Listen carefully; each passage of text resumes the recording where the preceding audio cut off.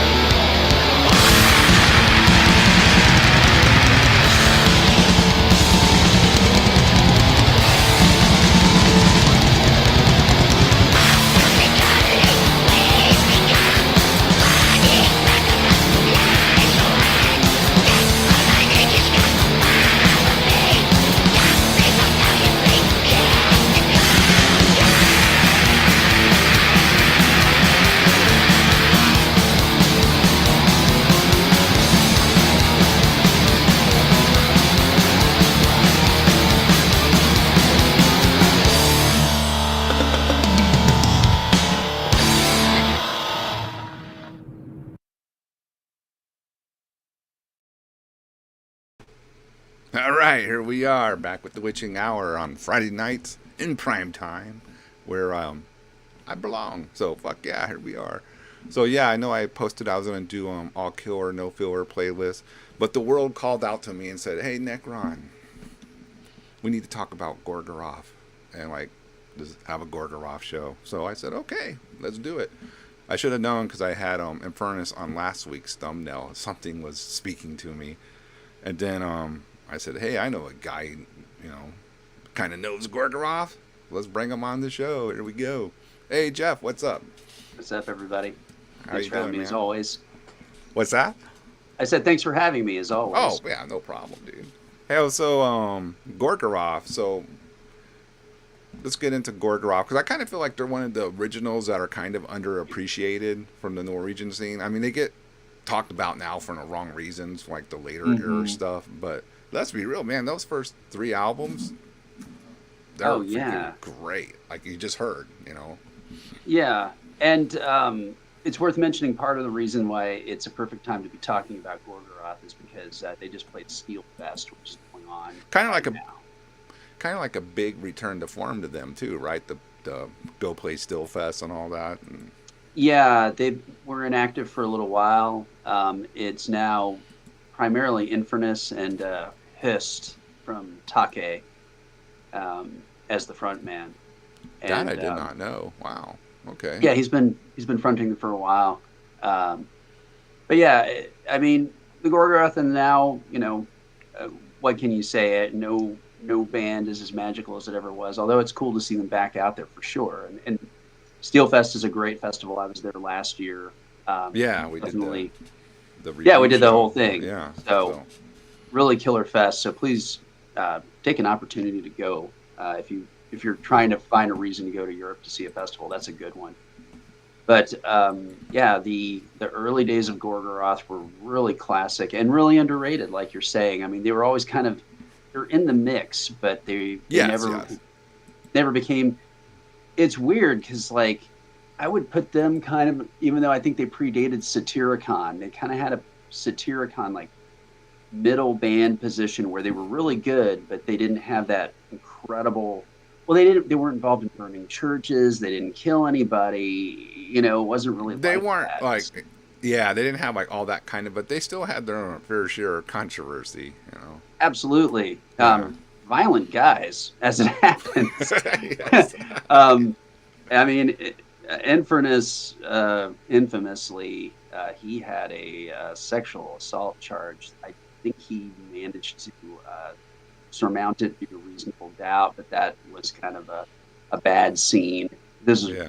probably about over, yeah, it was like This is way quite in a the long time beginning. ago now, Yeah. almost 20 years ago now. So, and people probably have forgotten about this now in a lot of quarters, but Gall actually had a neighbor that he had a dispute with, and you probably remember this. Yeah, I Carl. remember Like, this. Yeah, I oh, remember all I think it this. was 0102, something like that, and he got convinced the guy to come over to his house like they were gonna like make peace, and then instead he like tied the dude up and tortured him. He tortured him. So Yeah. yeah, so in their own right, they were not slouches when it came to Yeah, they had their fair share of controversy. yeah, They were antisocial behavior. black metal bad guys, you know, in their own way. Mm-hmm. I know a lot of people say, you know, of course, everybody talk shit about Gal because of his sexual whatever. Well, yeah, but the dude fucking tortured the dude. I mean, I'm gonna ask the chat. Have you guys tied up someone and torture them? Well, don't admit yeah. it if you did. But I mean, most people Yeah. probably haven't. So I mean, that's a little kind of loose screw there. Just Yeah, to go ahead and do that. But maybe the dude was a Yeah. prick. You know, sometimes when you're a prick, karma gets you. You know. yeah, and it's worth mentioning. Well, I'll just get into it now. I toured with a version of Gorgoroth in 2008 with the Okay. Versifera. That Infernus was not in that version. That was the King and Gaul version where there was like a legal dispute. And in fact, it really sucked because Versifera and Gorgoroth were supposed to tour 40 dates across mainland Europe and primarily in Eastern Europe, where Versifera already had like a really Yeah, I big remember following. that. You guys had a bigger following over there in the East. Yeah, and so we were like, "This is it, man!" And Oh, wait, Gorgoroth, that would have been awesome. and then the legal injunction came from Infernus, and Gorgoroth basically had we ended up doing 8 dates in the UK with them, and then they basically retreated back to Norway by way of Cradle of Filth. They like hooked up on a tour routing with Cradle of Filth, going back. Oh, just kind of caught Yeah, the road back. Yeah. Mm-hmm. So that was one of the near misses of my career. That would have been really amazing. But we had 10 days out on the road with them, and I have to say, got along with them great. It was also Tellock, who's also now in Mayhem and has been for a lot of years. And I talk about this sometimes with other people. People can say what they want about Gall. I mean, he's a strange guy, and yeah, he's got his orientation and all that, but he was actually great to be around. He was really, really cool. A unique, very like old era person. He comes from a village. His last name is the same name as the village. His name is Gall Espadal, and the village is called Espadal. That's how old And his heritage is. And there's only I think there's only a couple hundred people there, which is part of the reason why I think he sorted his own problem with that neighbor of his, because that's how you do things out on the frontier. Yeah. But no, he was fantastic. Really fascinating guy. Really knew his. Do you know what the Eddas are? Like the recitation of Norway, like of legends and the mythology. Yeah. Mythology. Yeah, the poet. Yeah, as you know, I'm not much of a drinker, and he was really into wine, and he busted out this big bottle of wine on like the second to last day of the tour, since we're all going to be going our separate ways, but we had such a good time. Uh-huh. And he did the thing, like, as an inexperienced drinker, this is what happens. He poured me a glass of wine, and I just drank it respectfully with him, sitting on the bench seats of the bus. Everybody's, hanging around. Yeah. And I'm talking with him avidly and just drinking and not really thinking about it. And he just keeps pouring. And I'm just like, oh, okay. And keep drinking. And before I know it, I am just completely blitzed. And we're sitting, I just have this memory. We're sitting in the jump seat, which is like the little front seat by the stairs of Uh-huh. the bus. And the sun, we're driving into the sun. The sun's coming up. It's Wine like sneaks up on you too, Jeff. Yes. Mm-hmm. I You never figured drink that out, wine. right? Yeah. Yeah. So we're driving and like we're looking at the windshield of the bus and the sunrise is just kind of coming up and I'm realizing that I've been sitting there for like 2 hours. Gaul had recited the entire Edda of Ragnarok to me. What? Yes. Word and I for suddenly word? like Jeez. yeah, oh yeah. And then like right as he finished it, I realized he was done because then all I remember him saying was like, and then Fenris will break his tears. And that was it. I was like, holy shit. My mind was blown. Anyway. That's So hilarious. That's a good story. I have great memories of him. But also great memories of like you and me in our early days together getting Oh into yeah, black just metal. doing black. People, a lot of people don't know, but me and Jeff were like what the kind of like little black metal conspirators back in the beginning, right? Oh Doing yeah. our little black metal searches for imports and all that, Oh yeah. It was you, me, and then me and Sam from Reverse Severa. Yeah, Sam. Yeah.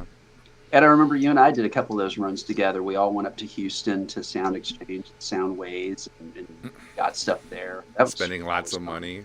Wow. Yeah, we tell this story every time we do this together. Yeah, we bought like $300 of CDs. It was like a stack that was like 2 feet high. I mean, that's not exaggerated. We had these humongous stacks.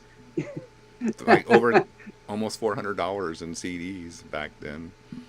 Yeah. You probably don't even remember, and it doesn't matter now because it didn't turn out to be anything all that great. But remember that band Demoniac on Ozymandias Records that became Dragon Force? I remember I just grabbed that up at Hogwild when we were together, and you bought it, and you were mad. You're like, I wanted that. I'm like, oh, I'm sorry. And that's what happens, man. Yeah. You got to be quick on the draw back then because you didn't know, if you were going to get any more or not. Oh yeah, and there's always only one copy. So yeah, I hated that one copy shit.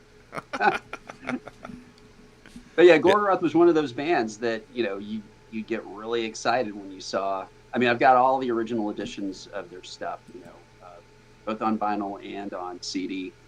And let's see, Drum Sound and Unknown Sign of Hell. Yeah. Under Sign of Hell. I don't know why. Didn't they re-record it? I was like, why? It's pretty fucking awesome. They did a live recording of it with the current lineup, including Gaul, because I think they were really active then and they were wanting to reintroduce that material. Oh, okay. I guess I can kind of see that. Yeah. But yeah, the sound on Unknown Sign of Hell is raw as fuck. But it's raw, dude. Possible. Really cool. I'm almost thinking that had to be recorded live in the studio too. The way. Oh sure, all that stuff done with Pitton, the producer. Yeah, right. Everyone was live. Like all this overdubbing and all that. Yeah, and Gorgoroth was just so commando that way. I mean, they were just there, always, just as part of that scene, and so many of the luminaries rotated in and out of the band. Got it on my shirt here. You can't see it, but there's Frost right there.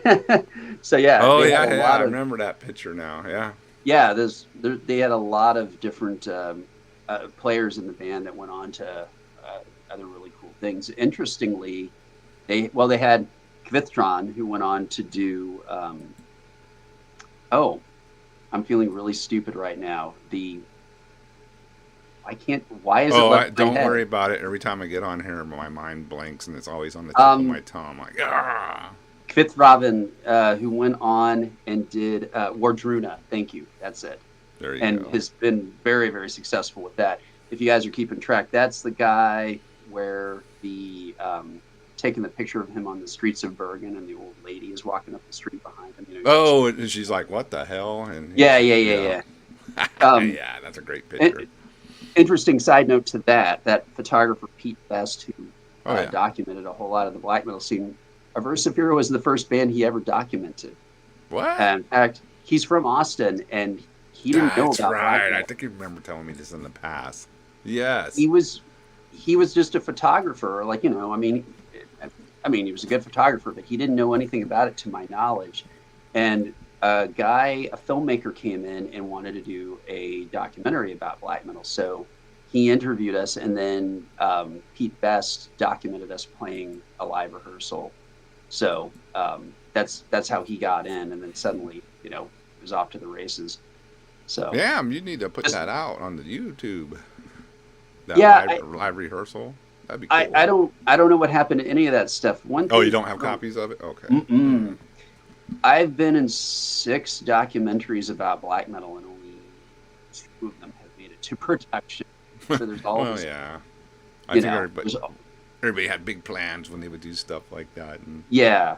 So that's the thing you learn about, for lack of a better term, in show business. Half the shit that you work on or participate in doesn't ever actually make it. You just don't ever know what happened to it. It's a miracle to get it shot, first of all, and it's another miracle to actually get it made and produced. Yeah, you work in production, you know how it goes. So. Yep. That's cool. Burning Church Gorgoroth shirt. Even though, ironically, none of those guys have a burnt church on their record, to my knowledge. Yeah, it doesn't mean we don't know about it. No, that's true. I mean, not like they're idiots and going to go announce it like someone else did. Immortal got away with it. Nudge, nudge. Nudge, nudge. It was the thing to do. But yeah, as you were saying earlier, Gorgoroth always had a real visceral attack to their black metal. Yeah, very raw, but it was so cool because it was like the Dark Throne approach, kind of like it all sounded like under a funeral moon to me, but the riffs didn't sound anything like that. They were way squarer and just really. They weren't I guess you're right. They weren't like the weird dissonant, typical of the Norwegian, riffing, dissonant noting and all that. They more, in the power metal. I mean, not power metal, power chord vein, but still. Very, very, very much just bar chord driven. Everything's bar chord. Yeah. And but it works. Sounds great. Yeah, absolutely. I mean, just really a ground zero artifact, just a perfect middle ground of what was going on in that period. Not symphonic, not super raw. Not satanic. Not like some bands where they claim to be raw and it's just really an excuse for how bad they suck. But Gorgoroth wasn't like that. They were like raw but still good. Making up ripping tunes. Yeah, and it's funny too. Well, sorry, were you gonna? Nah, I was just. Oh, I was gonna say it's funny too because the first couple of releases featured Hat, which always makes me laugh because I know it's you and that hat. Hot, yeah, but yeah, I want to make. I always make the joke about the hat, where it's just a picture of his face on in the hat. Yeah, the hat. Wasn't there like a band hat too that you were harassing like? They were going to release, or was that him? I don't even remember. There was a band called Hot. And I was telling them that they needed to make a hat. And they didn't get it. They didn't understand. It probably was like, "What are you talking about?" Yeah, well, it was actually the label was Abyss Productions, and I said, "Yes, you were always commenting." A hat, and he goes, "What? No, we're only putting out shirts right now." I said, "Well, but I really want a hat. I don't need a hat shirt." And he goes, "No hats." Poor guy. Trying to do a job and over here driving him crazy. We're not making a hat. Yeah. Classic. Well, let's play a couple more jams. What do you say? Yeah, let's do it. Hear some more Gorgoroth. You might hear a slight echo for a second. No problem. Put us back. Here we go. What's next? Let's see here.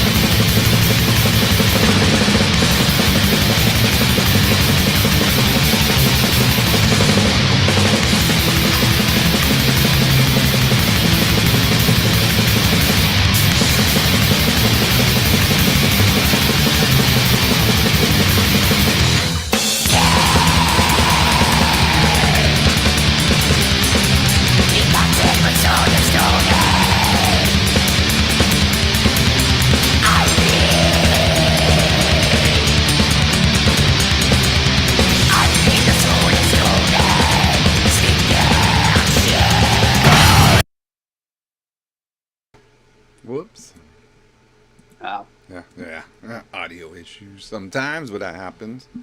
Anyway, we'll see what's next. So, so yeah, some early Gorgoroth right there. Yes. I'm trying to make sure I am an old man here and actually use glasses. Yes. Okay. Yeah. We just listened to Pentagram there, and that was still Pat on vocals, but then also Samoth from Emperor on bass, which is funny because Samoth was kind of on bass for every band that wasn't Emperor. He played on the Shadow Throne for Oh, really? Satyricon. Oh yeah, he's credited on the Oh, album. yeah, yeah. I remember that now. Yeah, I don't know why it said oh, really. Oh man, you saw Gorgoroth in 1996 on tour with Satyricon. That is cool as Yeah, hell. that's Um, I don't know if you know Vasily from Germany. He does Ancient Spirit Terrazine.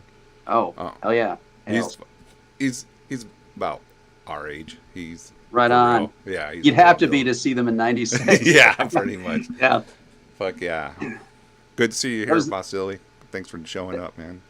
that was the same tour in the Satyricon lineup that also featured Svardalf of um, Nocturnal Breed and formerly of Gehenna, and just amazing dude, amazing player. Just You interviewed him, right? oh Or, yeah, yeah. yeah, on your But show.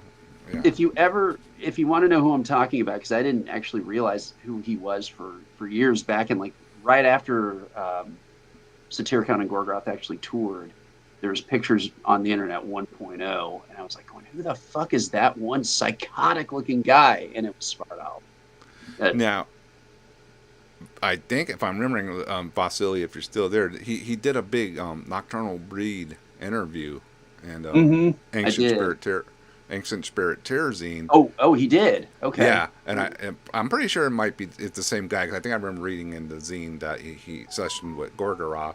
The dude's a Yeah. maniac Yeah, he from that is. interview. Like, I mean, it's cool as fuck, but like, damn, he's in some shit, man. Wild. Yeah, that guy's a real deal. I don't think he ever played in Gorgoroth actually, but Oh, really? Satyricon definitely. Yeah. Maybe I'm getting mixed up. Yeah, Yeah, no. Satyricon. Yeah. Svardal was in Satyricon and also Gehenna. Um, Which and Gehenna from what point to what oh, point? he was a founding member of Gehenna up until he was up through Second Spell, and then he left. Oh, so the really good era. Yes, he was responsible Yes. for the really Yeah. good era. Okay.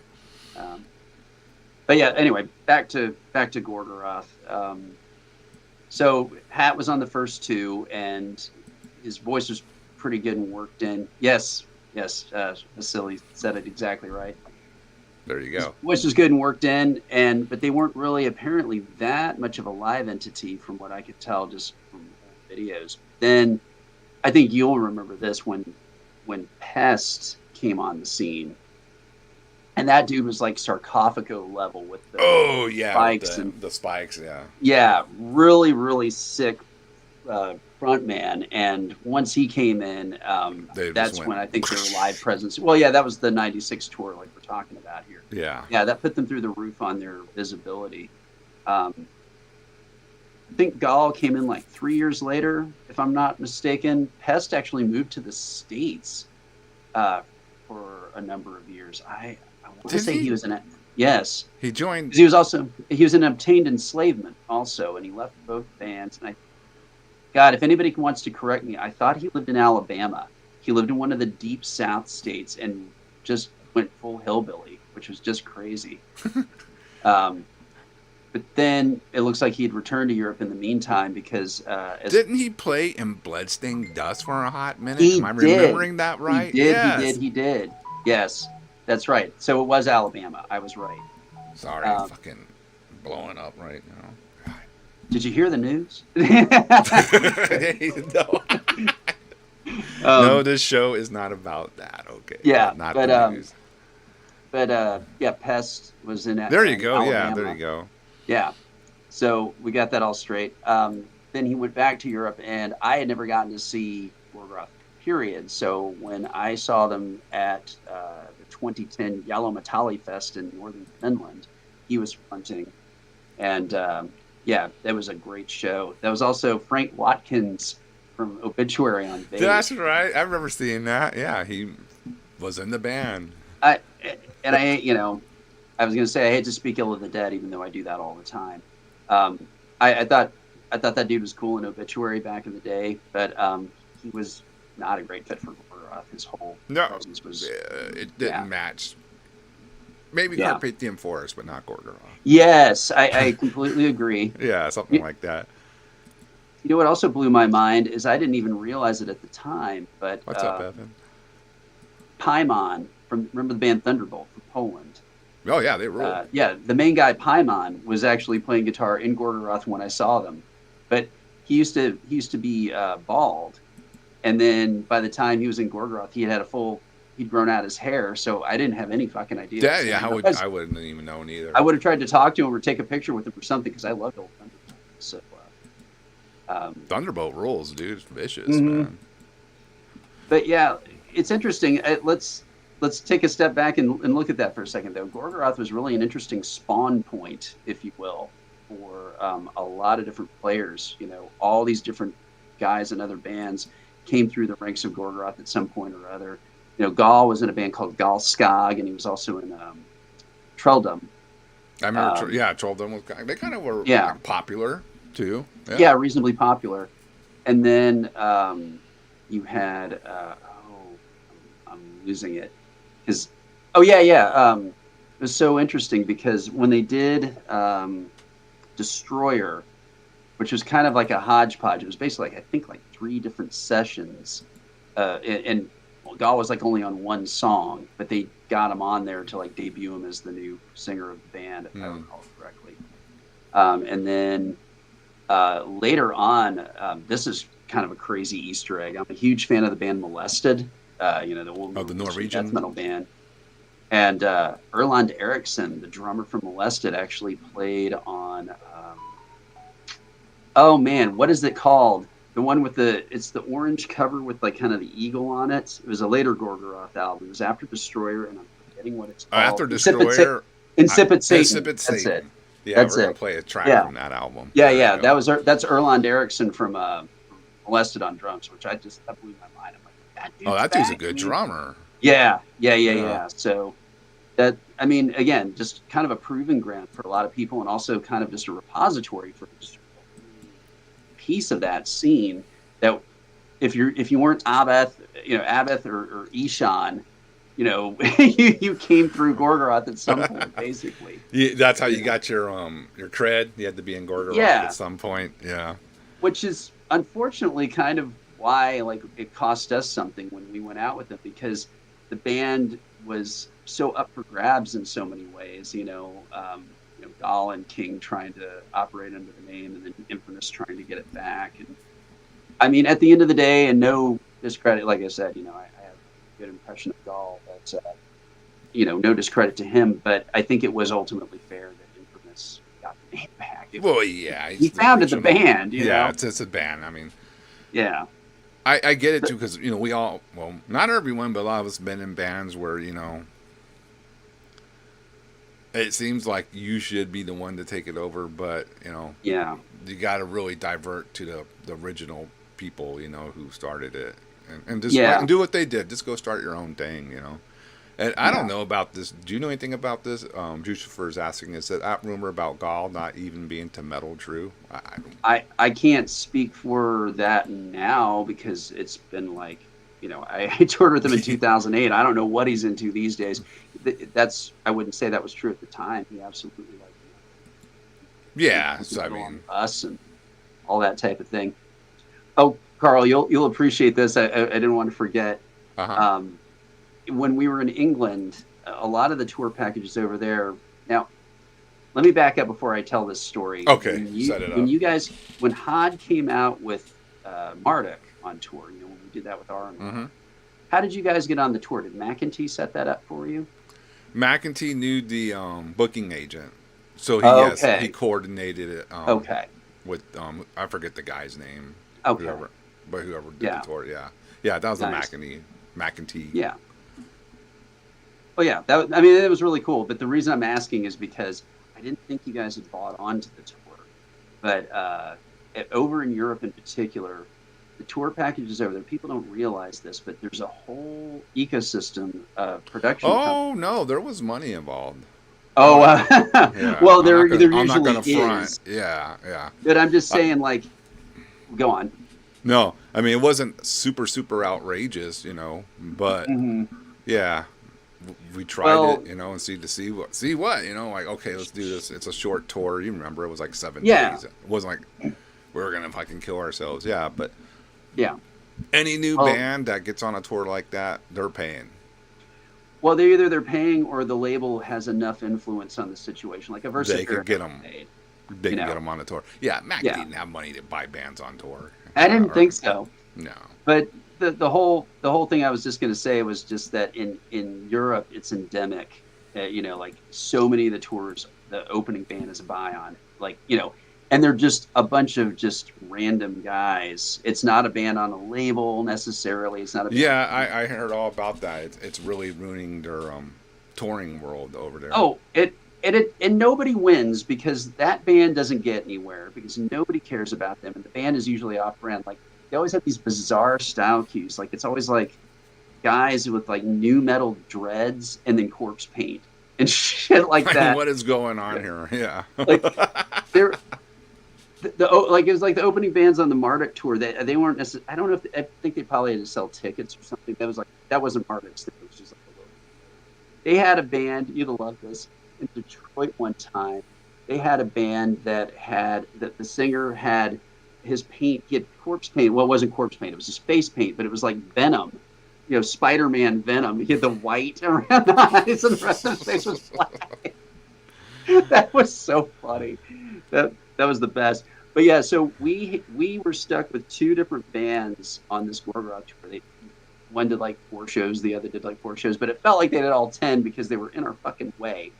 And they were all nice enough guys, but they were all just a bunch of dorks. And the Gorgoroth guys would fuck with them. They'd get drunk and like start winding them up and messing with them and like Oh yeah. teasing them, and all kinds of shit. Like, yeah, that was the one time where Gall, because Gall did not put it in anyone's face that he was gay. It's just self-evident, whatever. He didn't need to talk about it, but he did one night box one of the other dudes into the booth.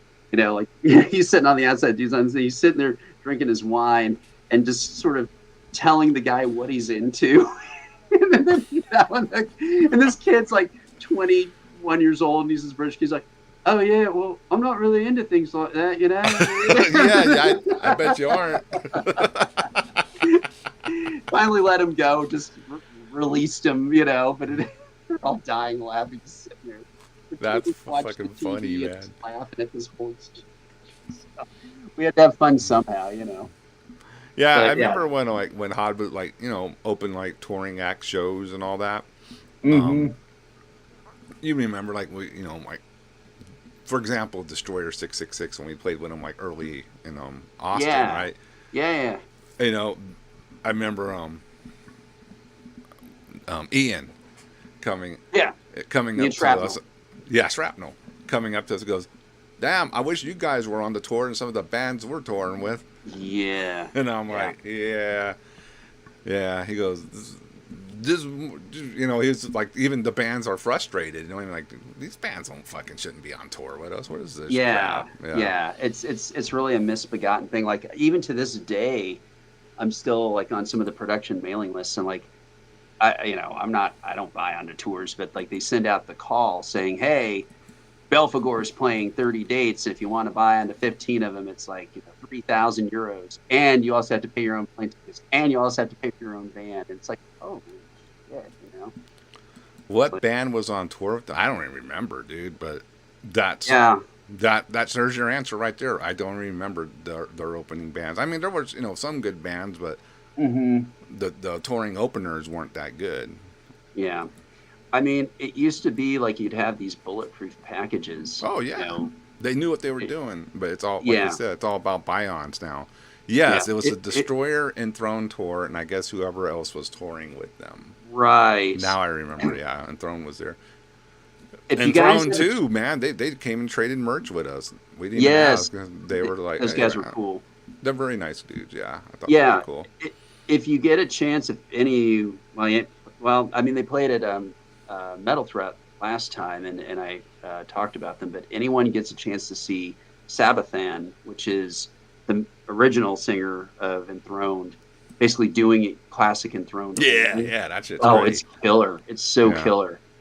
I mean, it's so weird because it's one of those things where I saw them play at Metal Threat and it sounded so good, and it actually sounded better than when I saw them when they were originally enthroned. I mean, they were it was good, but I was like, God damn, they've just got it Oh nailed. yeah, I Yeah. seen some of the live footage from Metal Hmm. Threat, and they're tearing it up. Yeah, yeah. I won't So, say it, but I am pretty sure that's who they were talking about. oh yeah, the pathology used to buy onto everything. I could Right? not get away from They were fucking pathology. constantly on tour. Yeah, yeah.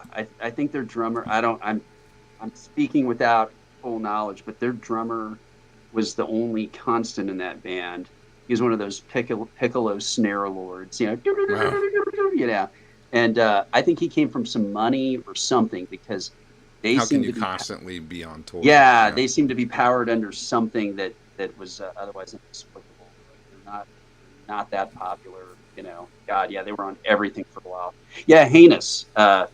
Yeah, thanks for mentioning them. Heinous is also another band that Sabathan is really is in, and it's really really good. Yes. Is that So that black thrash band he's in, or is that something else? no, that's Works for not it's. I want to say Sacrificial Slaughter, but that's not it. it's Um, it's something Slaughter. it's similar. Slaughter Messiah. Thank There you, you go. thank you. That's it. Yeah. Anytime There you you get go. like Grave anything or Slaughter anything, I'm like, oh, I always like I can never remember which one it is. But You yeah, know, no, Slaughter Messiah is really a cool band. Um, before I forget, because I yeah. know we'll keep going. Tomorrow night, I will be on Jucifer's channel as a guest at 8 o'clock. Everybody in Hmm. the chat, so make sure to watch that tomorrow. Jucifer's channel, and Revik from Mordant Red will be on there too. So it'll like be the three of us just hanging out, talking about whatever we talk about. So that should Right be good. on, right on. Yes, Uh, sir. I, There you. I know we're here to talk about Gorgoroth, but I'm looking at the comments. I always love it, everybody's input, and yeah, Abigail Williams was on Inescapable too, with Yes, they with were, Aversa weren't Fira, they? and then with fucking Marduk. Every tour package I did for like 4 years, I could not get away from Escape them, Abigail and Williams. I managed to. I want to be fair. I always got along with Ken, the main guy. I mean, when you're on tour, you got to work together. Well, you don't want to be fighting with people. No, It no, makes that's for an even more unprofessional. miserable tour. Come Plus, on. you're really fucking depending on each other. If shit goes wrong, you got to be there. So, That's a yeah, fact. You gotta either if you don't join forces, you're gonna be shit out of luck. Yeah. but it was funny because I was super open with him about the fact that I hated his band, and I used to Dude, call them. I'm like that with people in certain bands. I'm like, hey, I think you're a cool fucking dude, but I don't like your band. Yeah, That's yeah, not that was my pretty cup much of it. tea. Yeah. I always called them Habitrail Williams because I said it was music for hamsters. But Abigail Williams was our label mate. They were on Candlelight Records, who had a lot of influence, which is how we got on all those things as well. Oh yeah, Candlelight was great for And you guys, man. Fuck yeah. it's worth mentioning that yeah, so that's why they also had they also had management that also helped us on that. And it's worth mentioning that there was originally supposed to be this was in 2000. This is also in 2008, I believe. Yes, it was supposed to be Absu, Destroyer 666, and Aversa. So that was going to be amazing, and we were all really really excited. And then Destroyer 666 dropped out for some reason. I think they were having minor problems. Something happened, and then Candlelight informed us that they were going to replace Destroyer 666 with Abigail Williams. Abigail Williams is going to be playing over us, and we said no fucking way. What? No way. and and and their reasoning was like, oh well, they sold their CD outsold yours, and I'm like, I don't give a fuck. That don't matter. Yeah, it's like forget it, and so we actually dropped out of the tour too, and then it was poor Absu. They went ahead and did it anyway, and they were supported by Sophis, and remember that. Yeah, and Sophis? apparently Who was it? Sothis, Sothis. It was like this Demi Borger wannabe band from LA. Yes, yes, Yeah, yes. I do remember them. Yeah. yeah. The worst part of it was that people were sending me pictures from all over the place. The promoters were really afraid that people weren't going to show up and the whole deal was going to fall apart. So we were seeing pictures of billings where it was still Absolute Destroyer and Aversifera on the bill. You know, that was Oh, terrible. oh So yeah, no. yeah. Yeah, and then people showing. I'm sorry, dude. Abigail Williams is no replacement for Destroyer 666. Hell no. We were just like, this tour's not going to work. You needed to get a band of equivalent value. Yeah. You know? There's no way people Anyway. are gonna show up. So yeah, Yeah. that was a nice detour down other Yeah. things. Yeah. But that's what we do on the witching hour. But let's play some more Gorgoroth. Yeah, definitely. Let's jump over to Under the Sign of Hell. Let's Totally. jam. Here we go.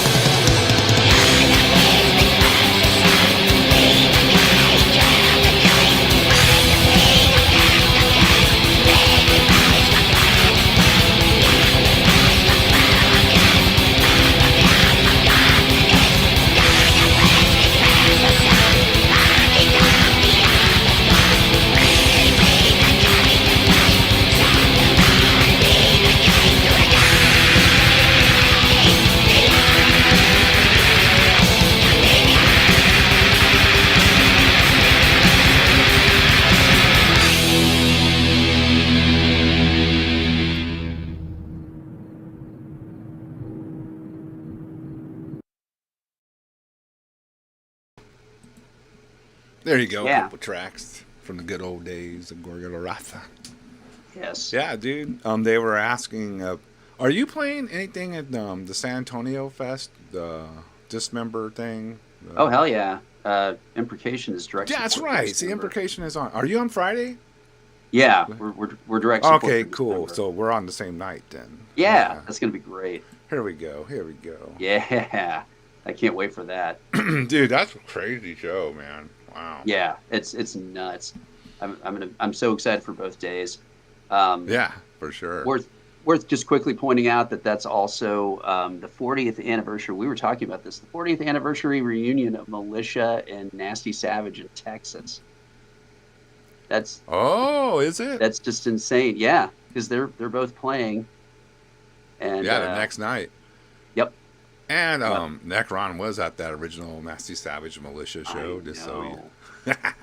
That is so insane. Yeah, when Ronnie used to wear all the armor and everything. That was Yes, fucking awesome, dude. Breaking yes. TVs left and right on himself. And He's still doing sledgehammer. that. Yeah, I've seen some videos.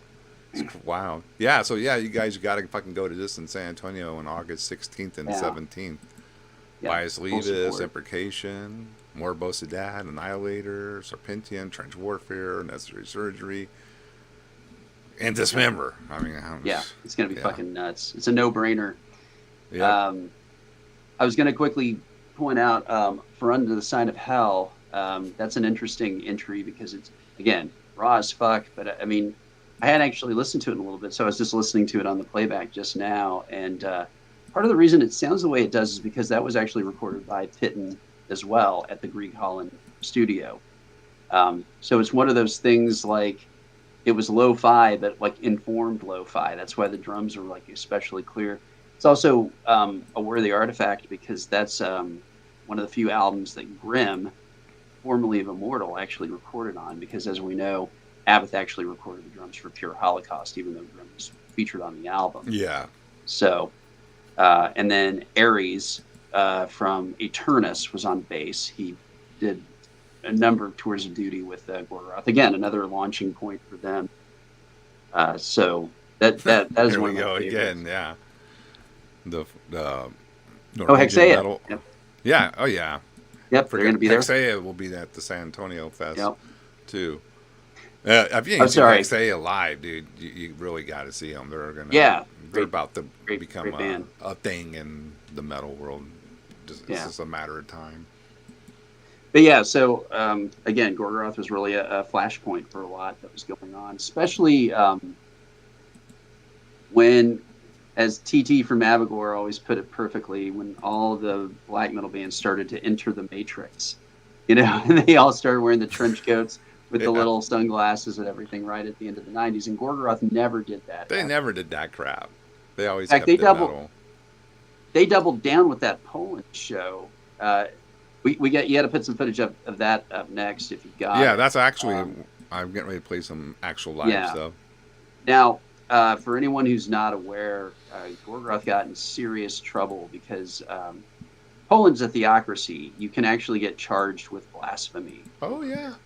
Yeah. And they did a concert where they had fresh slaughtered sheep's heads all over the front of the stage, and then live nude men and women up on crucifixes behind them. Those aren't dummies or anything. Those are live performers hanging up on those crucifixes. Real blood, real fire. Blood, real animal They- head, I pig's mean- head, goat head, whatever. Got to give it to them. They predated Watine in that regard by a number of years. Oh, yeah. Yeah. That was the most extreme thing at the time. I mean, Venom, I mean not Venom. Why did I say Mayhem? Was doing it somewhat, but Gorgoroth, like, were the ones who took it to that crazy next level. Like, Yeah. the whole fucking Yeah, they- stage with all this shit, man. I would really say that was the show that kind of cemented them in black metal lore, even though it was a little bit later. Yeah, because this was like broadcast live on Polish TV too. Mm-hmm. It was 1998, 99, something like that. But I mean, they really kind of made a big push to sort of just stay as an anchor point for Norwegian black metal when it was really fading. So, I mean, it's unbelievable shit. I mean, you guys will see it right now if you haven't seen it before. Hey, what's up, Noelia? Cool to see you. Yeah, I hope I grabbed the right file. It may not be the exact show, but Okay. you know, Well, there's a version of it that they do at Bakken. I sent you the link for that, and that's still the I think same this one, presentation. Black Mask, Yeah, that's it. yeah, White it's got Mask to be it. Krakow. Let's check it Yeah. out, man. It's Insipid All right. Satan. There we go. Some live.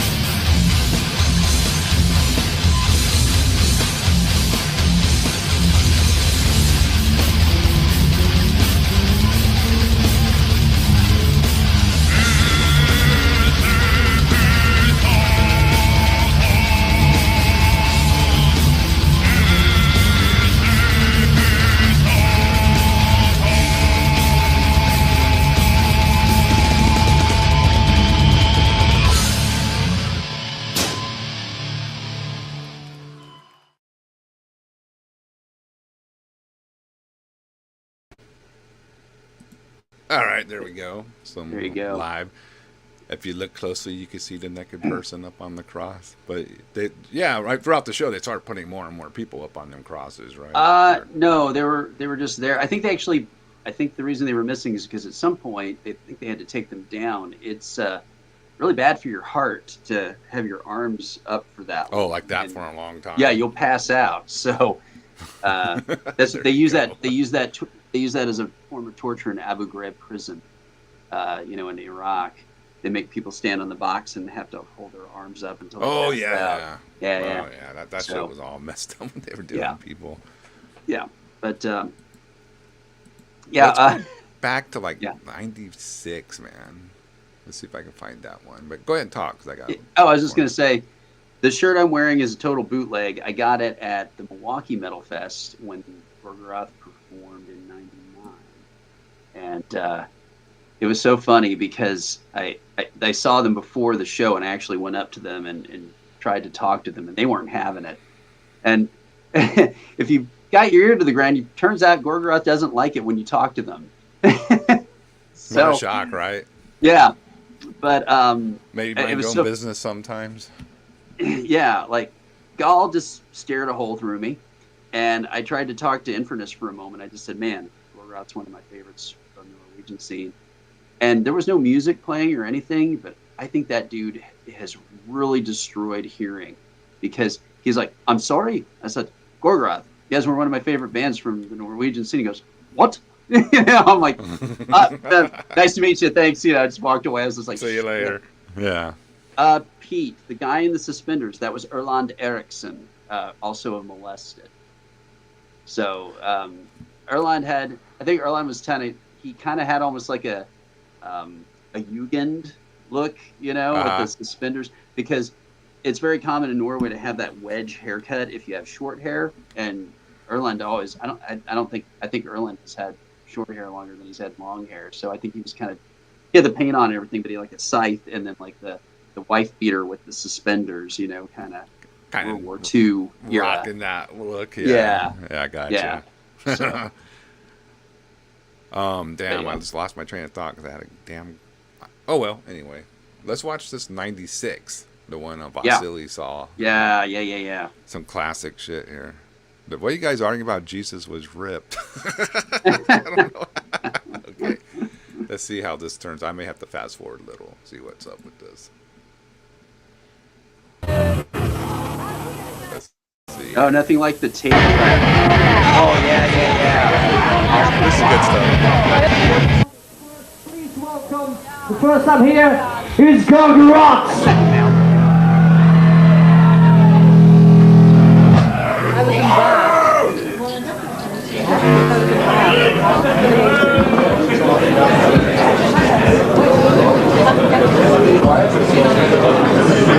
Zit ik er niet met de kopdeur? Ja, ik zal proberen erop te letten. Dat is wel hoe dan met die stem. Oh jee, daar zal ik niks meer zeggen. Ik zeg niks meer. Ja. Ja, ik wil letten.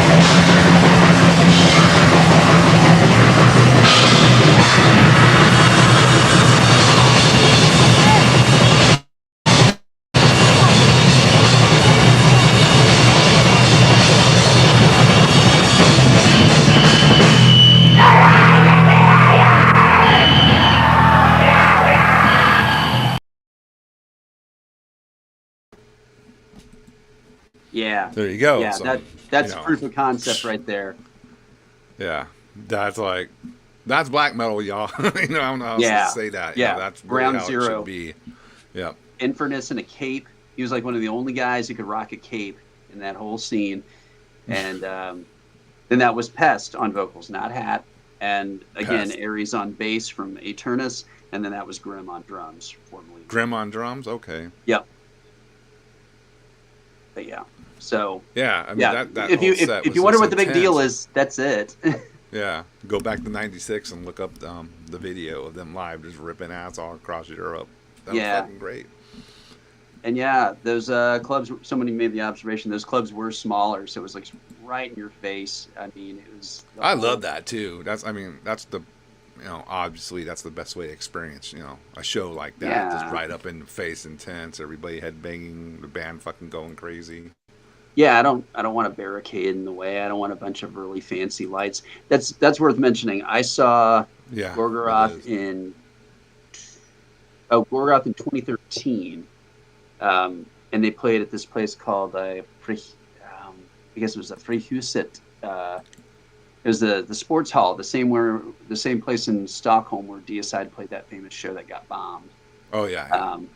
But these very nice arrays of LED lights, and it didn't look magical at all. It was it wasn't Gorgoroth's fault, but it was very, very clean. And I was just like, this isn't doing it for me. This is way too safe. And again, it was just the setting was all wrong. It wasn't this dirty, dingy club with the black painted walls and a black painted stage where you fall because you can't tell the difference between the stage edge and the floor, so you fall off and bust your ass. All that classic stuff. That's the best way, right there, man.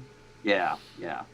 So it makes a huge difference. I mean, anybody who is back into black metal or creating black metal back then, especially in the early '90s, was they all say it wasn't meant for arenas. It wasn't meant for giant theaters with tons of production and and kit and everything. It was supposed to just be underground. It really was. I mean, what happened to black metal is hilarious because it's really not what was supposed to happen to it. It was supposed to be underground music for the real rabid fucking maniacs of the underground. You can call us elitists and this and that, but that's what it was meant for. It was meant for those type of people. They preached elitism. Emperor of all bands like Ishan used the word elite all the time in early interviews. They're like, nope, we are elite. We stand apart. This is not for everybody. And I mean, now, admittedly, all respect to their early work, Emperor is one of the most populist and cleanest of the black metal entries. Not in those early days, but yes, now for sure. Yeah. That band had a lot of blood on their hands in the early days. Murder and arson. They had everything. But hey, what's up, Metal Ben? Black metal should be underground. It is not. I mean, it's still underground. It's like you can find underground black metal bands, for sure. Yes, for sure. But I mean, with the age of the internet, it just kind of ruined mystique of a lot of that stuff, and it's just the way it goes, man. Well, it's weird because we have like so many different parallel scenes now. You can like black metal, but not like black metal. You know what I mean? It's like, not like raw fucking black metal, or or you go like symphonic black metal, but you don't like orthodox black metal. Whatever.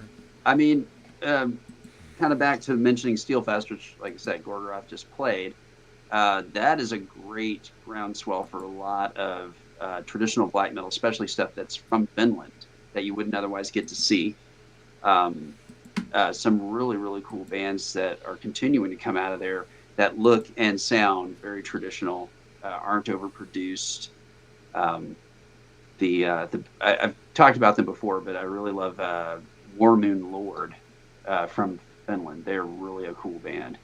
And also Vargrav. It's a lot of the same members, basically, but two really cool bands to check out that are. I think you got me into War Moon Lord. I think and they got them.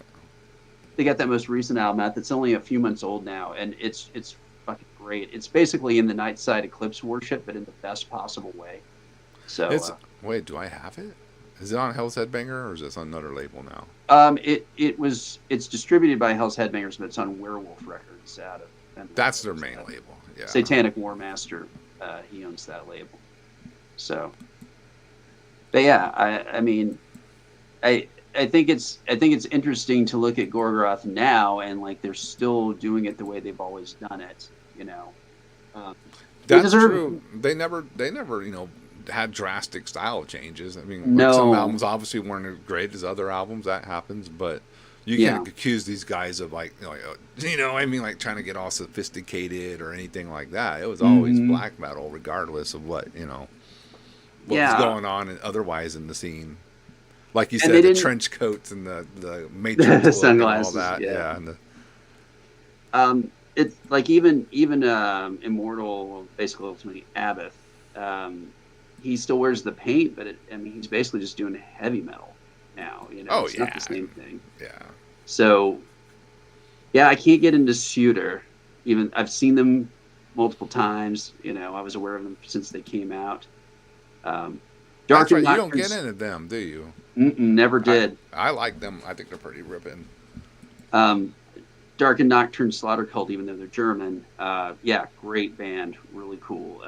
Oniliar is the real deal. She's an amazing. They've been since day one, man. Oh yeah, absolutely. Remember they did a split with Pyre from El Paso way back. Yes, we were supposed to play with them in Germany the first time we went over to play over there, and then it didn't go through because there were so many festivals going on around it at the time that the promoters didn't want to do the show. I wish we'd just done it anyway.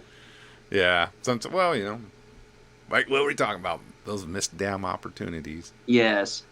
Oh, I'll tell another Gorgoroth story.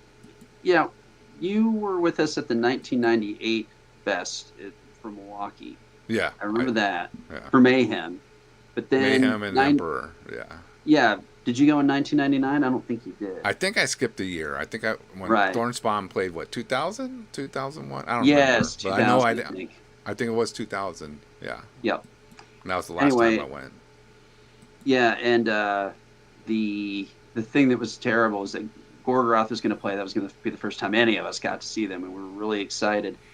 And there was this thing that Killjoy and Chris Reifert and Dan Lilker were doing called the Ravenous. Remember that? Oh yeah, Ravenous was ripping. Yeah, they played right before Gorgoroth on the same stage on the same gear, and they were high as fuck. The Ravenous. I mean, Dan was about to fall over. I'd never seen him so blasted. And then, dude, I remember seeing. I want to say you were there. Yeah, I remember seeing Ravenous at Milwaukee Metal Fest. Maybe that was '98. I have an image of them playing, and I remember Killjoy like, "Hey, you got to go watch Ravenous." Right. So I think that was, or maybe that was. I don't know. We'll have to figure it out. I thought that was '99, but anyway. Anyway, could be wrong. And then at the end of their set, Reifert acted like there was no other bands coming on because he was drunk and high, I guess. He probably thought that was it. He dove through the kit and knocked the drum kit completely over, and then Gorgoroth came up on stage and the drums are just upside down and they're just they're full gear and they're just like what the fuck what is this shit and there wasn't any stage crew that thing was horribly managed. So, they finally managed to get somebody put it back together and when you pull the kit apart on a stage, that's such a complete full stop for a show. So that's a fucking delay right there. And then all the miking is all has to be redone again. And Inverness's guitar was nothing but high tone on it. It was just treble all the way, and so it was just it was oh god, we even had our earplugs in. We're like, holy fuck, we're just holding our ears. It wasn't great. Yeah, wasn't great. Not the experience they were probably hoping for. No, yeah, this girl right here apparently blew off Chris Reifert. If y'all know you missed it. Yeah, you have to go back on a Joe Abba show and hear the story. Oh, she didn't do it on purpose; it was accident. I kicked Chris Reifert out of the backstage of a Marduk show, not realizing it was him. Oh no! Poor Chris, he's it, getting bent over left and right. He took it very good naturedly. And it wasn't anything personal. I just there was a bunch of people in the backstage, including Pete Helmkamp from Angel Corps and a bunch of other people.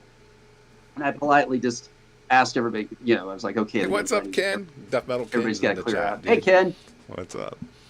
But yeah, and so I just walked up and I just didn't realize it was him. I hadn't seen any pictures of him since like he shaved his head, Oh, so, there you go again. Here, no rule. How am I supposed to recognize you? Yeah, and I just said, "Oh man, I'm sorry. Hey, you gotta leave." He goes, "Oh, no, that's fine, it's fine." And somebody was like snickering. He was like, "Don't you know who that is?" I'm like, "Who?" He was like, "Chris Reifert." And I was like, and I was in total all business mode. I'm like, "Well, that's cool, but he did need to leave, So, but no, he was totally cool about it. But I just felt kind of silly because I was like, "Oh, excuse me, you gotta." Hey, Mr. Autopsy. Yeah. Gotta hit bricks. Gotta get out of here. Yeah. He's like, well, okay. That's hilarious. No, he seems like a cool guy. Yeah, that's when that story with Noelia is hilarious. If you ever hear it, I don't have the time to recant it all. Yeah, that's it cool. happened at Hell's Heroes. Yeah, a lot of things happen at Hell's Heroes, from what I understand. Yeah, apparently her husband told the story and it was hilarious. Oh. Oh yeah, she was possessed by Sodom in her defense. Oh yes. Hell yeah! Who wouldn't be? She was like Sodom stage focused, where everything goes fuck off. Sodom's playing. Yeah, man, it's cool to see Ken. You want to play a couple more jams? I need totally. Everybody after this 9:15 Texas time, hop on over to Joe Alba's channel. Francisco's going live with Will of Stuffs. He's be auctioning off some good shit. So get over to Joe Alba's channel after this because it's your chance to win some good metal over there. He has some. Matter of fact, he has an extra Trenchant CD he's auctioning off, Joe. Oh, cool. Yeah, so it's probably the only one he has. I'm not fooled. I didn't say that, but he said Joab the Hutt. Yeah. Oh, don't need this CD. Well, shoot I sell it now. Make some money. Nah.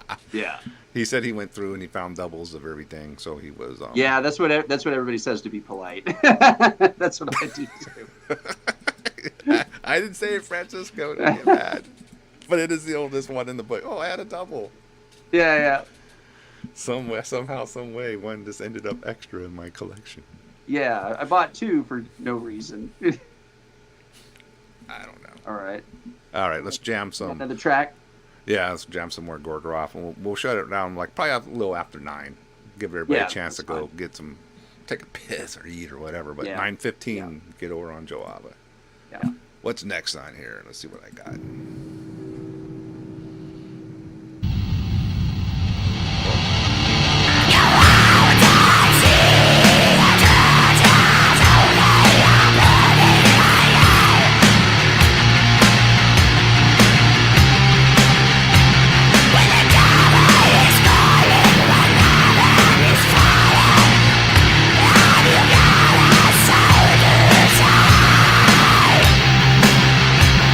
Now take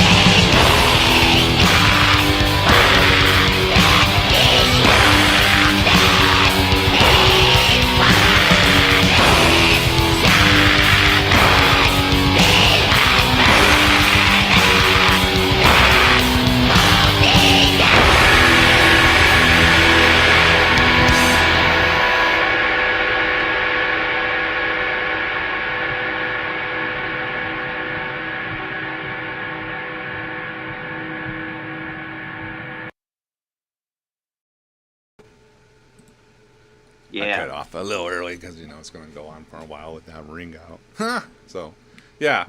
No, I heard you're saying right there. That's definitely the Dark Throne hoedown beat in that song. Yeah. Yep. But they really had their own version of that, just that really square saw riff, And, Yes. The other thing I love. Oh yeah. Other thing about Gorgoroth that I always like, lots of feedback, lots of line noise. It's like you're all. Yeah. That's fucking great.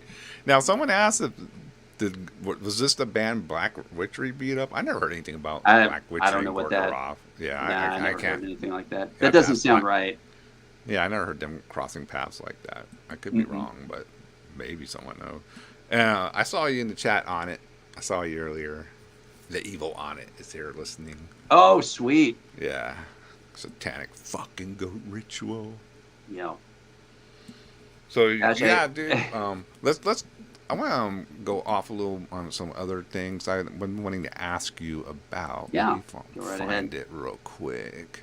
How was this show, dude? Oh, that was fantastic.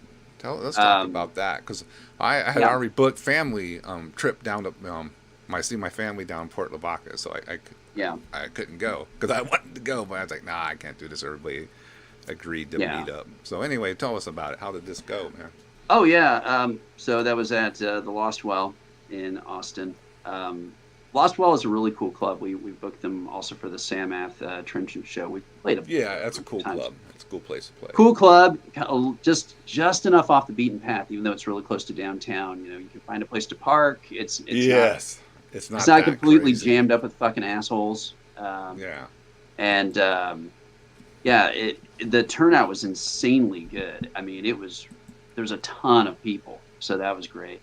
It was all for Helios Press, which is the Nuclear War Now record pressing initiative, where they're actually buying the record pressing factory.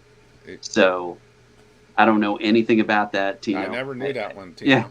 Yeah. We'll talk some other time about it, but I did not know that. Anyway. But so Yosuke and Nuclear War Now is. I don't know if you subscribed to this guy's channel, Jeff.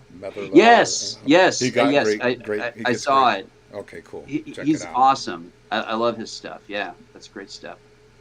But yeah, so Helios is the record pressing plant that Yosuke from Nuclear War Now is founding, so that he has like full control of his product. And also, there's not that many record pressing plants in the world, despite the huge amount of demand for it. So he's getting in on that game. So he was doing fundraising for that. He's apparently already met like some of his main goals to buy the machinery, and we're talking like $250,000. Yeah. I remember when he came on my show, he had to raise some big cash. Okay, yeah, that's right. He came on your show, so you know all about this. I'm telling people at home, but whatever. Yeah, not everybody saw that, so it's fine to recap what was going on. Yeah, so it was us and True Iron Will and Trench Warfare and Ares Kingdom and Morphostad.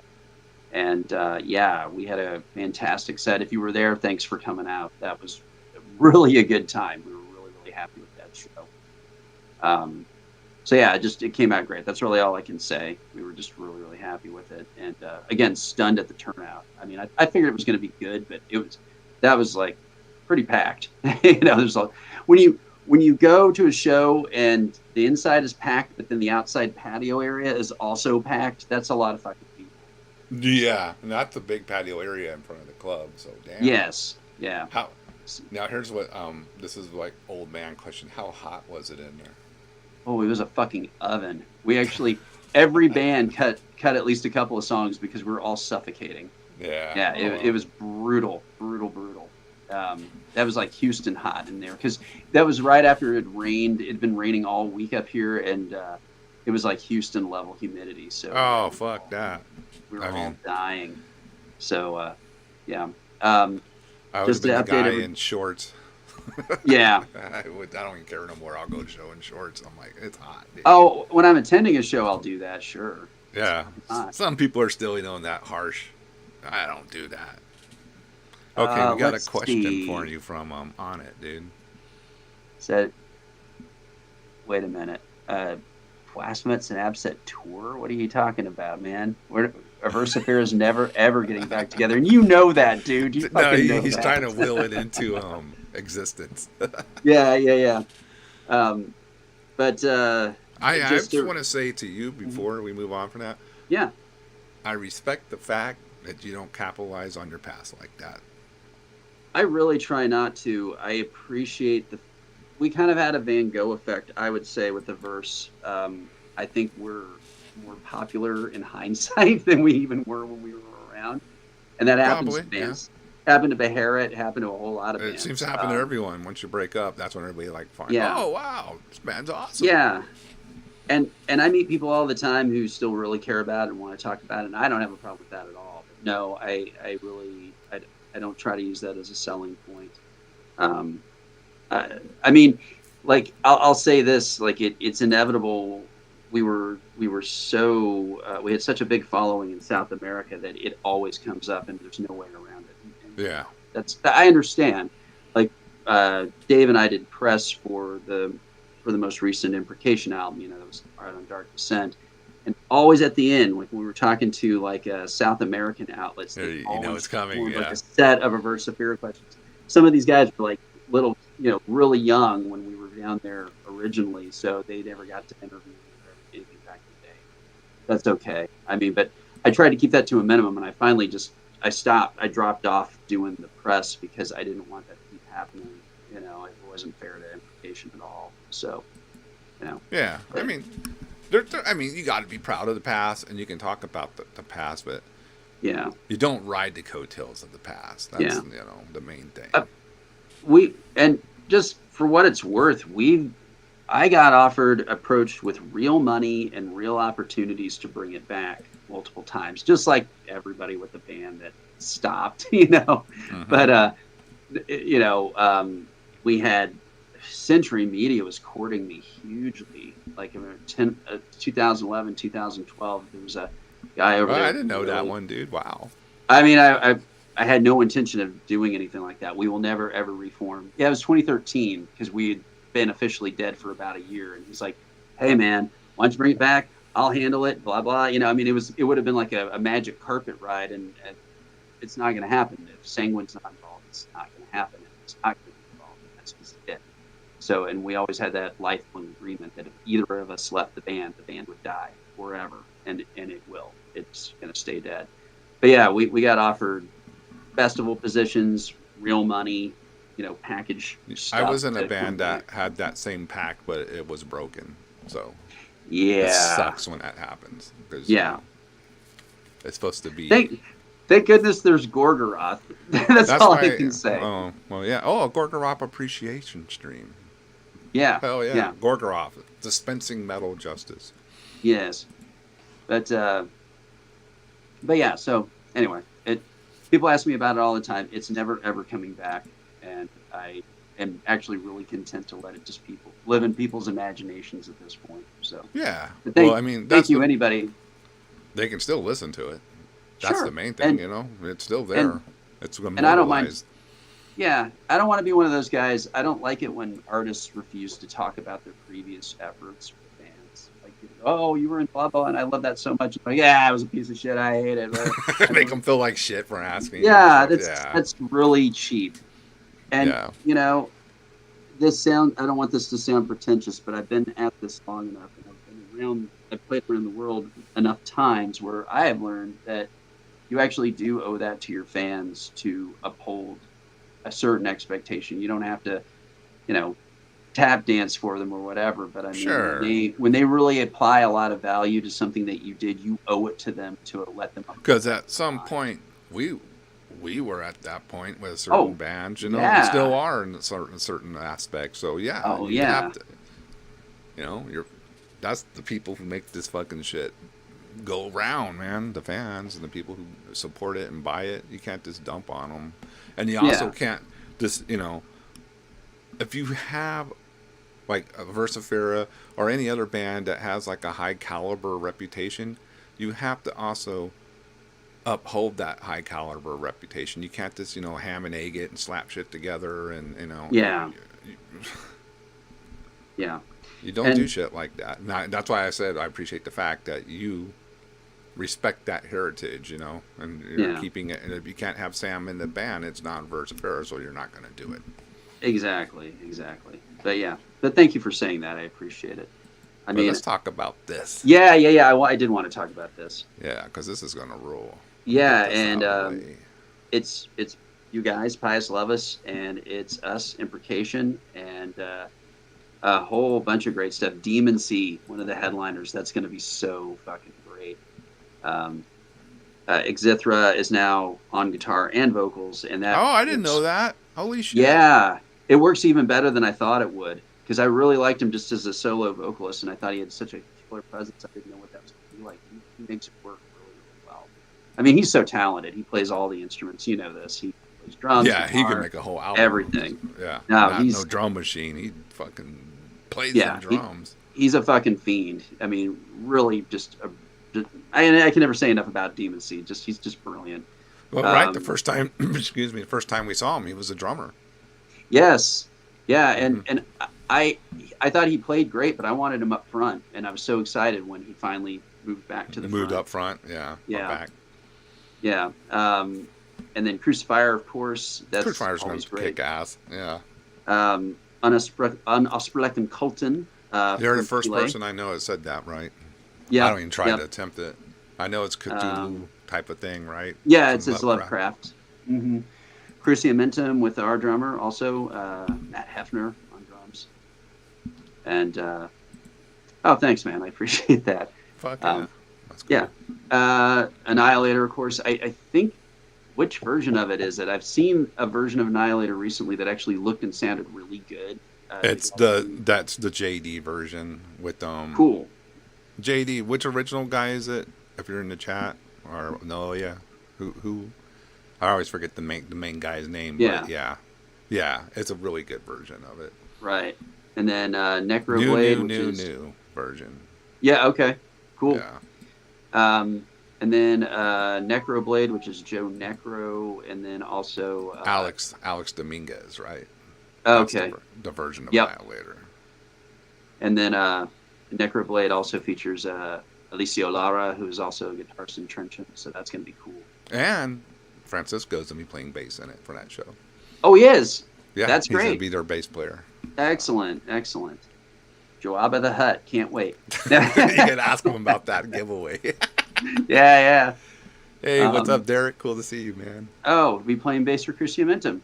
You're going to play bass for Cruciamentum? Fuck yeah. Wow. Yeah, dude, come up, man. Fucking hang out. I want to fucking meet you in person, Derek. Man, it's going to be a blast. If you're not going to MDF or, you're not doing some of the bigger festivals this year, Destroying Texas Fest is really cool. It's really different, and it's so dedicatedly underground.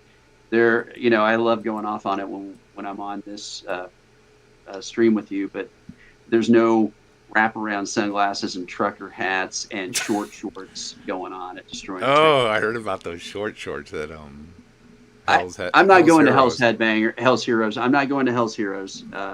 I was supposed to go this year. I canceled last minute just due to plan conflicts, and then I saw the pictures. I'm like, I'm not fucking going to that place. Well, you're kind of like, I'm glad I didn't fucking see. I'm just gonna get mad. I'll just get mad. It's mostly. I mean, I know all our metal friends went, and there's nothing wrong with that. Obviously, I mean, Sodom and all that stuff. There's really good bands, but the festival is just a hive for like punkers pretending to be metalheads, and I can't stand it. Can't stand like dudes and Daisy Dukes make me want to just break out an AK. And can you imagine back when we were like first, going at death metal shows and Holy Black? God. If you showed up dressed like that, you would have gotten beat. Hell yeah! And you would have gotten beat. All of us. I wasn't even really fighting back then, and if I'd seen you guys beating a guy down like that, I would have jumped in and got it. Just out of principle. I was so young, I mean, I'm 15, 16, yeah, but no, fuck it. I don't want to be part of that. I'm not interested, and I'm not. I am old enough where, well, that's my split. I still go to shows, and if it's a band I like, I still get right the fuck up front. But where I show my age is I will not go to shows that are dominated by the new and, in my opinion, really insincere generation of faux metalheads that are just doing it because they think it's hilarious and crazy, not because they're feeling some kind of artistic connection to it or, ardor to the form. I'm not interested in that. That's definitely what everybody likes to call the Thunderground, and I won't take that. Is Thunderground, yeah. I don't want to watch that go on. So, yeah, Same pretty here. much. If you see me there, it's getting my full seal of approval. So, yeah, if you see me at any show, that means I really like your band because I don't really go to many shows anymore. It's not. It's just I want to be excited when I go to a show like I used to be. I do too. And if I don't feel that, then it's not really worth going to the show. Does that sound bad? I know, but it's also it's expensive as fuck to go out these days. I mean, on top of that, no shit. Yeah, I'll spend all this money on something I don't want to really be at. Yeah, that's ridiculous. I think that's a way to burn yourself out and like to lose interest in the music. Yeah, like yourself to do that stuff. At least on my witching hour, I can play bands I enjoy. And people in the chat, 9 times out of 10 are like-minded individuals too. Yeah. No, and I feel you on that, Noelia. Yes, nice. I like the comforts of home, unless I'm going to a nice dinner. Yeah, or a nice theater with AC and comfortable chairs. I'm old, man. I don't fucking. I'm sorry. Me and Jeff. We saw like bands like Deicide and Morbid Angel and Slayer when they were fucking the shit, and it's really hard to fucking replace that. Yeah, you can't replace that. I mean, I know that people much younger than us are having their own experience. And they'll say the same thing about their generation of music, I'm sure, too, Yeah. But they'll be wrong, but they'll say well, if that was really true, though, Carl, why would people still be worshiping the first Deicide album? Like, why would new generations of kids go back and listen to that and still worship it the same way? And like that more than anything that they're really hearing like right now, current? Yeah, exactly. It's better. It's better. The proof is there. If that wasn't true, if there's stuff coming out now that was equivalent, they wouldn't bother going back and listening to the old stuff to that level. Or why you see younger kids at Cannibal Corpse and Deicide or Obituary and all that. Now of course some don't know the history, but I'm sure some do, and they're like, yeah, this new album's cool, but you got to hear Slowly We Rot or whatever the case. Yeah, absolutely. So anyway, you got to see this in July 12th and 13th at the BFE Rock Club in Houston, Texas. This is a banger, as the kids say, and it's loaded. Yeah, short and sweet. Not 1,000 bands. You're not going to be burned out each day. It gives you plenty of time to recover and get back down to the show on Saturday, man. Yeah, 2 really solid lineups. So there's no reason to miss that. And Houston by American standards is still reasonably cheap to get around in. Yes. I mean, there's no end to piece of shit hotels you can stay at. So if you're looking to go commando, that's another you'll thing. You'll find a hotel around the corner that'll be cheap. That's for sure. Yeah, I don't do that anymore. I always make sure I get set up in a place that is really nice and comfortable, and I spent a little extra money to guarantee that. Because I don't sleep, then I'm miserable. So. Oh yeah, nowadays I'm not doing that. I did my fair share of all that. I earned the stripes. Yeah. The Scottish Inn, someone knows. Oh yeah. Yep. I slept on floors. I slept sitting up for a series of days on tour. Oh my god, that was rough. It's fucked when you use your combat boots as pillows to prop your head up. Yeah. On the floor. But that's the things you do. Yeah. Yeah. No, I they have those like fixed chairs. Like sometimes they have them in RVs. They have like it's one chair and it just swivels, but it's kind of like just like an armchair. Yeah. It's not related to anything else we're talking about, but on the Pestilence tour, we were in this fucked RV. This is 2010. I was teching for Pestilence across the U.S. with Vital Remains, and there was literally no place to sleep. There was a couch, and then guys were sleeping on the floor of the galley in the RV. And I mean, we all would have died if there had been an accident. Oh, for sure. But I was sleeping in the chair, just sitting up, just like like something out of a Salem's Lot or something. Just in the chair for 4 days. Oh, that was brutal. It was great when we got the Hod van and TA's van prior to that. Then he bailed in. We got the Imperial Hod van. There was 2 benches that you could lay across, and that was like fucking miracle. You know, yeah. Once you can like at least sleep, comfortably on, when you're not driving on your ship or whatever. Yes. It's like, yeah, you need those. Yep, America. Because you're driving. People say, "Oh, touring." What a lot of your touring is seeing the back of 18-wheelers for like 7 to 8 hours sometimes. Oh God, yeah, yeah. Like, I wouldn't tour in the U.S. again. I did it multiple times, both teching and with my own bands, and it's so brutal because it's just so far, and most of the cities suck. Everything's a piece of shit. I mean, now we're set up, with between Trenton and Imprecation, where we just do festival appearances, and we get to play to everybody we would have played to, going like on 30 days in the U.S. Yeah, that's really it's the way it's going, and that's the smart way it is, like to play festival. That's why Pious Leaders, we're only playing 2 shows this summer. The New York Death Metal chapter of San Antonio show, and Destroying Texas. Yeah, it's perfect. We'll go back on our new album, start working on that again. Yeah, oh, that's great. Awesome. Okay, what were you going to say? Looking forward to hearing it. I was going to say, Imprecation, I'm realizing we've got a packed summer. We're playing DTF, then we're playing the Dismember and NYDM Festival. Then we're playing Los Angeles in August for the first time ever. And then we're playing Chile, Santiago, for the first time ever. Is that Destroying Chile Fest, or is that something else? No, this is completely different. This is a newer fest that's going on. I think it's one of the guys who's working on Destroying Chile, but he had his own thing going too. Okay. And we're headlining. The entire fest is built around us. I mean, it's actually I wouldn't say it's a fest. It's just a big one-off show, But almost fest kind of situation. And it's just us and like 6 Chilean bands. All of them are really good. Unauthorized cults is one of them. So yeah, it's going to be a big summer for Imprecation. So if you're in Chile, come see us. If you're in LA, come see us. Yes, live in LA, August 10th. We cannot wait for that. That's going to be really Are you putting this show on Storm still? I know he's promoted things before. No, I don't know if he's involved. I know it's Born for Burning Productions. I think that's him. Isn't that you? Oh. Or you have something to do with that, bro? If I'm wrong, just tell me.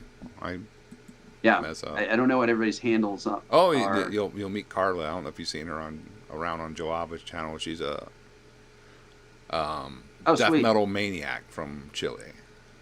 Nice. Awesome. Oh, fucking MP. Thanks, bro. Appreciate the tip. Ow. That'll be okay. Yeah, he is involved with it. Excellent. Yeah. Perfect. Looking forward to it. Thank you for having us out. We're really anticipating that one a lot. Chile will be my first time back to South America since 2006, so that's going to be a big deal. I can't believe it's almost been fucking 20 years. Jeff almost died in South America from mobs. When we go really out got in the trampled. Crowd in the Versifera days, and they were like, dude, what are you doing? Get back inside. Yeah. We nearly got trampled at the one show. That's great. And I mean, it was like 3,000 people. So yeah, it was a lot. 3,000. The story, 3,000. If you look at that Dark Funeral live album from South America, it's the picture. That's the show, right? That's the show. Yeah, it was 3,000 people. And then the one I don't tell very often is when we almost really died, was getting back to driving back from the south of Brazil to Sao Paulo. And we were driving through the mountains, and the roads are extremely dangerous there. And dude, I watched some of those YouTubers who go all over in South America. That shit's nuts, dude. Oh, it's super scary. And they don't have road markers or anything. And it was foggy, and it was 6 a.m, and we went around a curve, and it wasn't marked that there was a drop off. We really went over the edge. It was only me and the van driver who were awake. Everybody, Dark Funeral and all my bandmates were asleep. And we went, locked the brakes up, and like we were just looking at each other, and you know, it was like, oh shit, you know, you kind of backed up and like made the curve, and then about a mile or two down the road, everybody else stayed asleep. No one woke up for that. And then we went up the road and we hit a bump. We just went boom, boom, you know, up the road, and all the guys in the back went, "Why?" You know, and thought we were dying. I'm like, They no, had no, no clue what that was really back 5 happened. minutes ago. That's fucking awesome. Because I mean, this ain't South America, but I just remember being in Mexico up in the mountains on the bus. You know, I think where were we going? In San Luis or Monterey, one or the other. Yeah. And just how close the fucking buses got to each other I going know, around. Even I like, know. ooh. Of course, you know, Link's like, Yeah. I'm just like, Yeah. this ain't America, bro. Yeah. You just go with it and hope you don't. Hope die. you don't wreck. Yeah, and don't. Well, I got to go in just a moment. I'll yeah, finish we're up almost my time name. to get out of here, man. And I'm apologizing to everybody if I've told these stories before. It's always fun to revisit. So not everybody watches the same show, so you got to remember. Yeah, that that's too. true. So we drove down the highway of death in Brazil for 10 hours. That's what it's known as, the highway of death. It's really infamous. And then the next time we were going back, we were going to Candlemas. It was a Presbyterian Candlemas of all things. It was different, but really, really cool. And it was so funny because I said to the promoter, Eduardo, I went, "Hey, are we driving all the way to the south like last time?" He goes, No. I figured it out now. That's too dangerous. We're going to just fly you guys down. So it was like second class, basically, kind of thing. Oh, much better. So, you know, flew out from Sao Paulo down to the south of Brazil and had a great time. No mess with us. It was only like an hour and a half to get down there instead of 10 hours. And then Fucking I big had country, man. Yeah, and it was horrible though because a week after we went there, we flew down there and then flew back up. The exact flight that we took, they were flying back into the Sao Paulo airport. They hit the fucking highway that was ahead of the runway and crashed the plane right onto the runway. And everybody died. Oh, I'm just man. Fucking I was like, nuts. I'm glad that wasn't us, but it's like clearly there's no way to safely get around that fucking country. You know, and It's a roll of the dice regardless, right? Wherever you go. And it also was morbid. It's just a side note, but like there's all these young flight attendants on there, and they were like really looking after us and treating us like rock stars, making a big deal out of us. And I was like, oh my god, all those girls are dead. You know, and that really hit home. I just was like, that's horrible to think of. Yeah. So it was such a defining factor of what it's like to tour in South America. It's like, nearly get killed on the highway. Okay, not doing that again. Oh, nearly get killed in the plane. You know, can't win. It's just like, yeah. Can't win, man. And I guess you did. You're here, so you did win. Yeah, and that wasn't anyone's fault. It was just, it just freaked me out. I'm going, shit, that wasn't us. Well, didn't you say too the Brazilian airport when you come in, they have to do like a massive drop down the land? There's a huge highway right in front of the airport. They would never allow that in America. The plane basically has to like clear the highway and then immediately hop down onto the runway. South American airports are really famous for not having enough landing space. Like you have to dive over a tree line or dive over a high rise or some bullshit. Basically, you're going from 500 feet to the ground like instantly. Yeah, and all that momentum too isn't Oh, good. yeah. No. Of course, you're gonna eventually crash. Something's gonna happen. You're gonna get some amateur pilot, and he's not going to handle that. Yeah. It's like, look, it's a plane, not a helicopter. It doesn't just go up and down, Yeah. Yeah, no way. All right, well, dude, I think we're gonna head on out.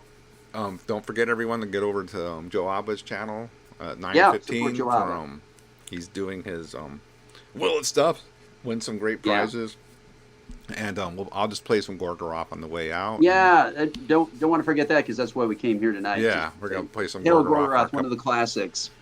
Never went wimpy. Never did trench coat and glasses. Nope. And they know bullshit when they see it. I'll give them that.